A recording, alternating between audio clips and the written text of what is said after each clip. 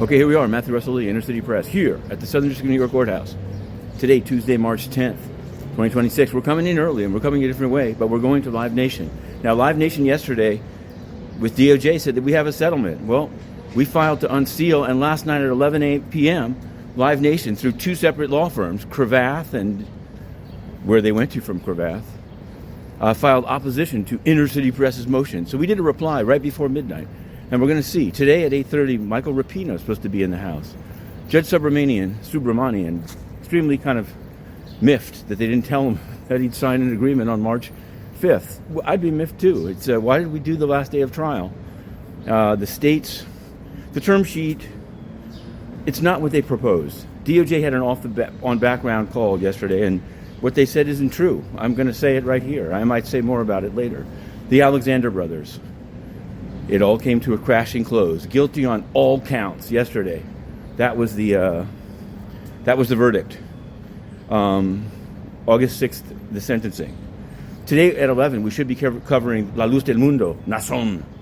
It's been a while and they moved the date, but we'll be there, hopefully, as long as Rapino's not melting down by 11 a.m. We're going to go financial at this time. Let's go financial. This is the newly encased 60 Center backyard. CBS, Bancorp, and Tag Bank. The Fed hauled off and approved it yesterday. Federal Reserve. And they dissed Inner City Press's comments, Fair Finance Watch, for using consumer complaints from the Better Business Bureau. It's just not credible. I think the Fed needs to take seriously what's being done to consumers. Do they respect more CFPB complaints? Because that agency, as the New Yorker will tell you, is being dismantled. Finally, the United Nations. The United Nations. We wrote to them again, with questions, two separate scoops, no answer. Inside, actually, there was finally a question about why the U.S. mission has had no press conference this month. Unheard of. Jujara kind of threw him under the bus. Now, I don't care about the press conference. Just allow U.S.-based investigative journalists into the place. Someone has asked me this morning what the connection of Rick Grinnell being on the board of Live Nation has to do with the settlement. I don't know. I'd like to know. I'd also like to know. I knew Rick when he was the spokesman of the U.S. mission.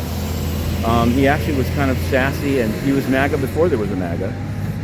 He was, in my view, he was an exciting spokesman. He needs to make sure, he could do it so easily, that the U.S. mission doesn't just screw the pooch, ban the investigative press, and leave nothing but sycophants and blood-splattered tyrant state media inside. In any event, we're here at the Southern District of New York. I'll turn it around. You can see the courthouse, and we'll be upstairs on the 23rd floor in a few short moments. To be continued.